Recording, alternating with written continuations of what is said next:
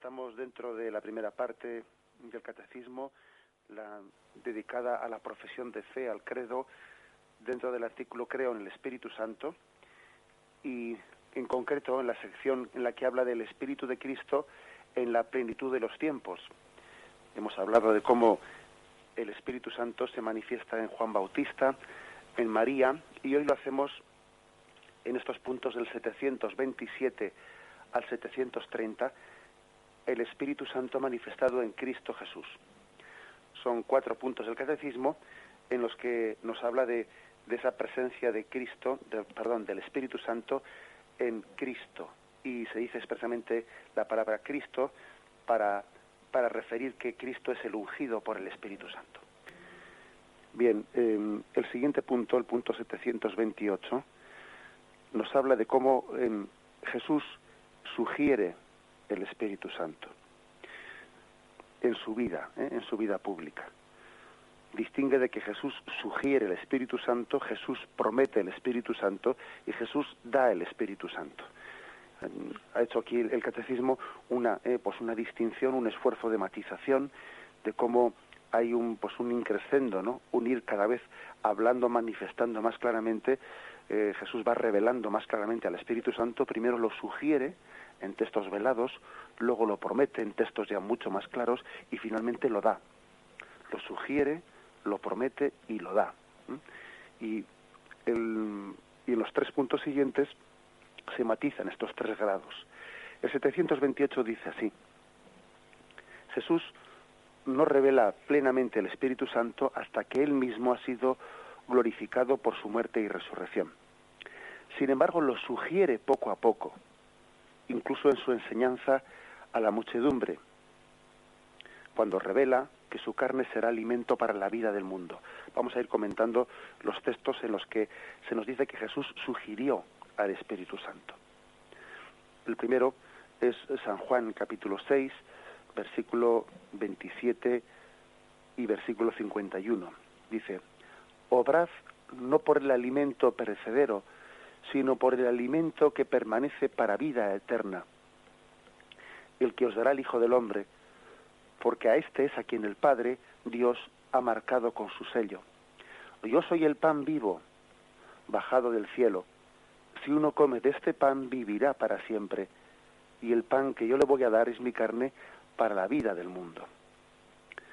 Dice el catecismo que ya Jesús en esta doctrina eucarística estaba sugiriendo al Espíritu Santo. ¿Por qué? Porque habla de la Eucaristía no solo como un lugar en el que Jesucristo está, sino que la Eucaristía ha sido dada para la vida del mundo. Y por 4 veces, mejor dicho, por 5 veces, estos 2 versículos habla de que ese pan da la vida eterna, es el pan vivo, vivirá para siempre, es la vida del mundo. ¿Por qué? Porque de la Eucaristía recibimos el don del Espíritu Santo.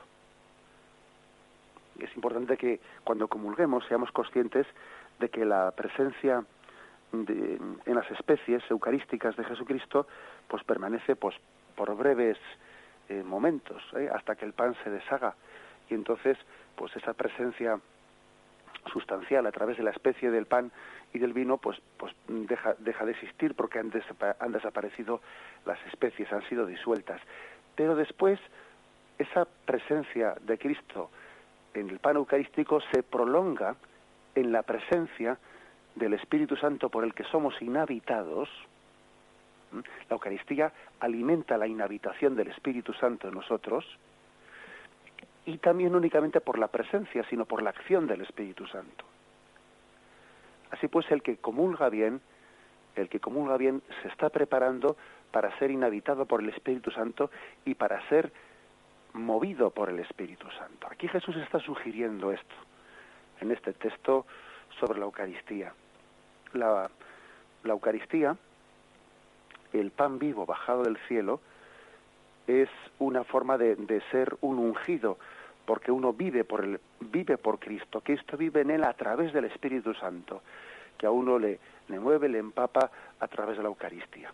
Una aplicación práctica, ¿no?, de este punto pues es pedir cada vez que comulgamos que el Espíritu Santo nos mueva, el espíritu de ese Cristo que hemos recibido sea nuestro motor, sea el que nos mueva, sea el que finalice nuestra vida. Ese es un primer texto en el que nos sugiere o nos afirma en el catecismo que Jesús está sugiriendo el Espíritu Santo. Todavía lo comenta más en los versículos 62 y 63 de este mismo capítulo 6 de San Juan.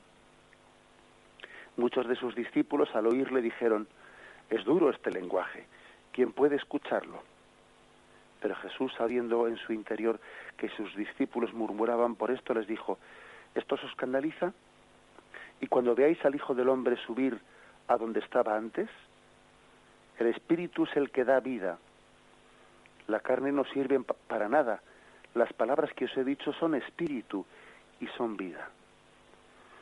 Había pues como una especie de cierto escándalo en los discípulos de Jesús por el discurso eucarístico. Les parecieron muy duras aquellas palabras de Jesús de quien no come mi carne y no bebe mi sangre no tiene vida eterna.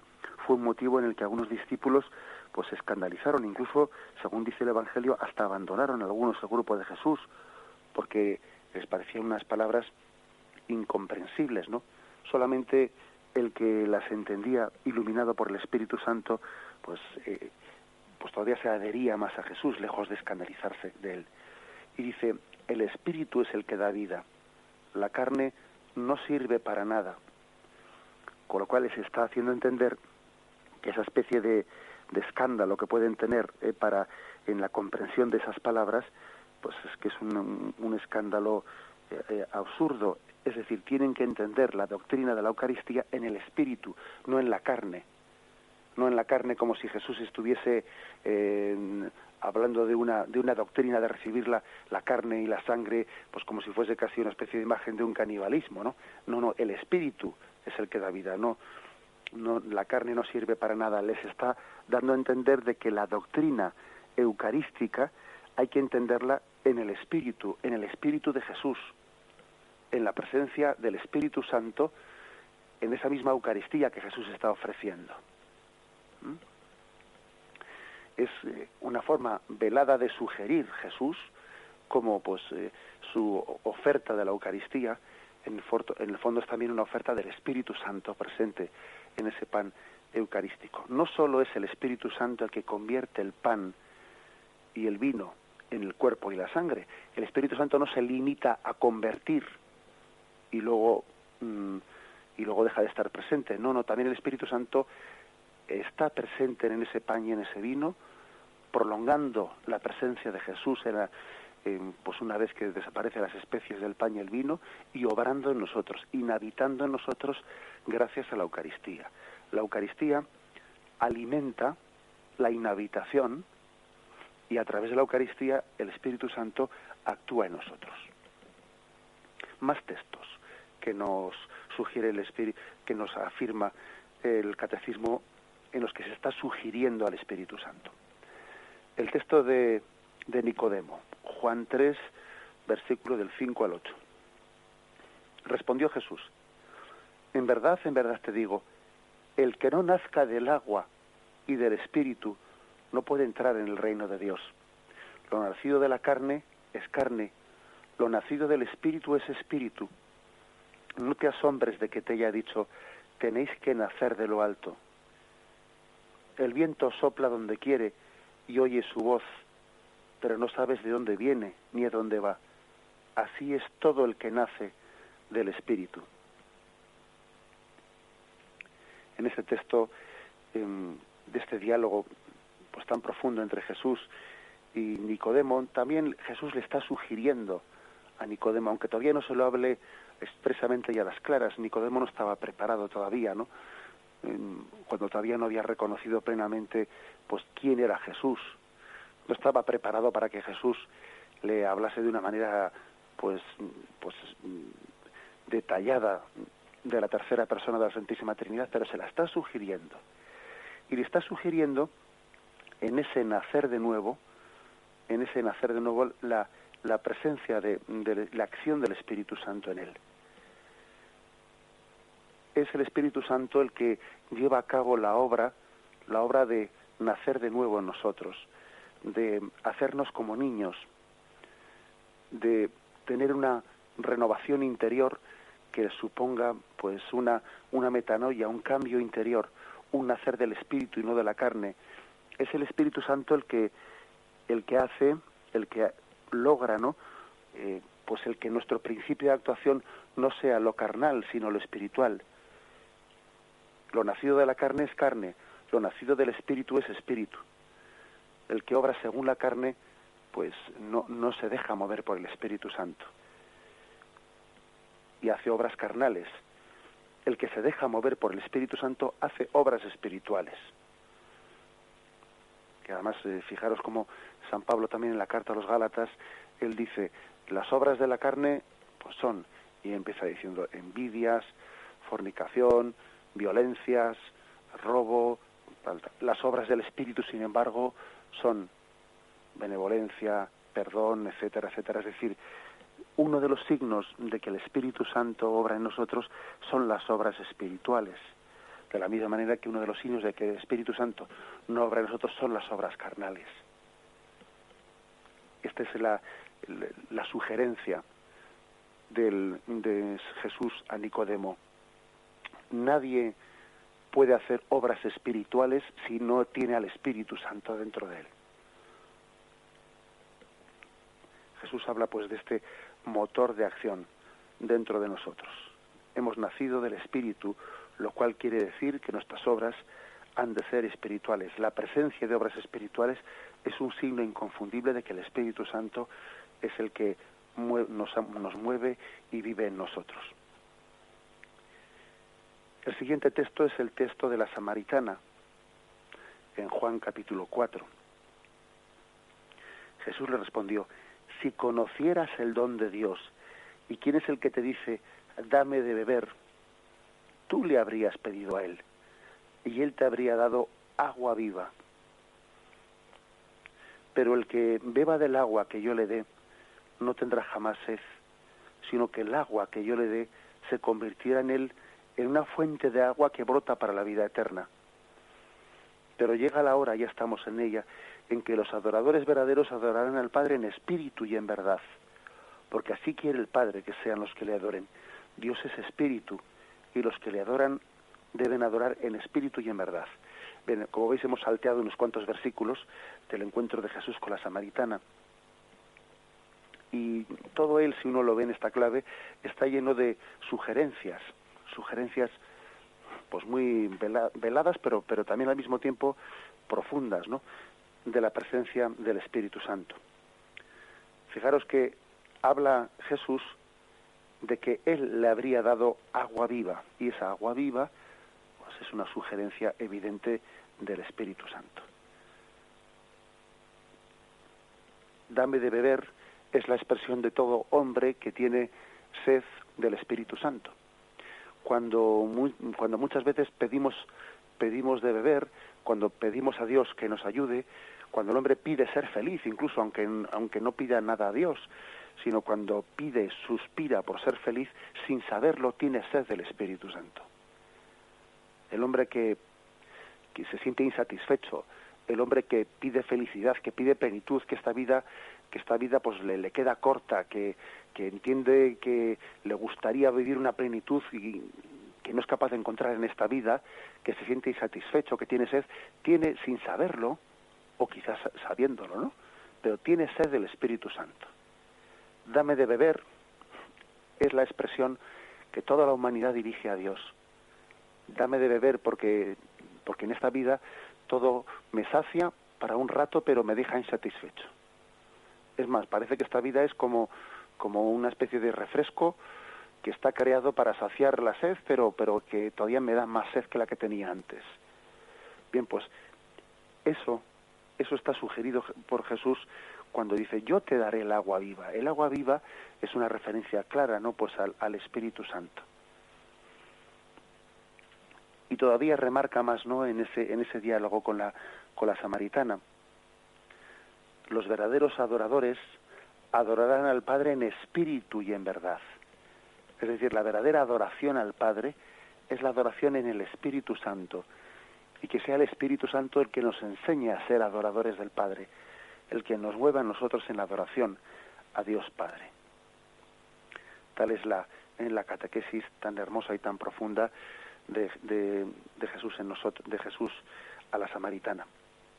El siguiente texto es Juan 7, 37, 39.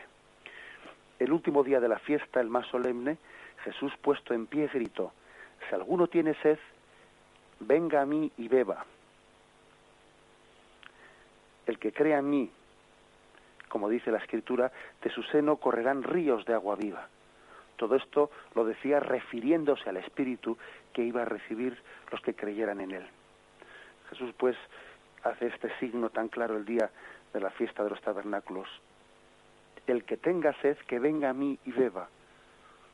Básicamente lo mismo que le dijo a la mujer, a la samaritana. Pero fijaros que dice que quien beba de él, de su seno correrán ríos de agua viva. Es decir, yo no le voy a dar un agua que se le acabe, sino que va a inhabitar dentro de él y de su seno brotarán ríos de agua viva. Es decir, vamos a ser nosotros no saciados puntualmente por el Espíritu Santo, sino que va a inhabitar en nosotros de manera que vamos a tener una fuente en nuestro interior. Así creo que hay que entender esta sugerencia de Jesús. De su seno correrán ríos de agua viva. No es un don que se sacia y se acaba, que nos sacia momentáneamente y se acaba, no, sino que está continuamente alimentándonos. Y por último dice este punto de catecismo, dice que a sus discípulos les hablaba ya no con tantas sugerencias, sino que a sus discípulos les hablaba más claramente. Si a Nicodemo, si a la samaritana, si a los discípulos, pues, mejor dicho, a los discípulos no, aquellos a los que se dirigía su predicación, les sugería el Espíritu Santo, con todos estos textos, a sus discípulos les hablaba más claramente. Por ejemplo, en Lucas 11:13 dice: si pues vosotros, siendo malos, sabéis dar cosas buenas a vuestros hijos, ¿cuánto más el Padre del cielo dará el Espíritu Santo a los que se lo pidan? A ellos les habla ya más claramente del Espíritu Santo, no únicamente con unos términos como el agua viva o pan de vida, no, sino que a ellos sí les habla directamente del Espíritu Santo. O en Mateo 10, versículos del 19 al 20, mas cuando os entreguen no os preocupéis de cómo o qué vais a hablar, lo que tengáis que hablar se os comunicará en aquel momento, porque no seréis vosotros los que habléis, sino que el Espíritu de vuestro Padre hablará en vosotros. Lógicamente, Jesús tenía una intimidad con sus apóstoles, con sus discípulos, en los que les hablaba más a las claras, de una manera más profesa, de esa acción del Espíritu Santo en ellos. Básicamente esto es el contenido de este punto 728. Ha concluido, ¿no?, con esta promesa: no os preocupéis cuando os detengan, no os preocupéis cuando os pidan explicaciones, el Espíritu Santo hablará por vosotros. Él será testigo de todo lo que os he dicho. No te preocupes de tu propia defensa, de cómo hablarás, de qué dirás, de cómo te expresarás. Deja que el Espíritu Santo que habite en ti fluya por tu boca. Deja que se exprese. No tengas miedo, si eres inhabitado por el Espíritu Santo, Él dará testimonio. Alabado sea Jesucristo.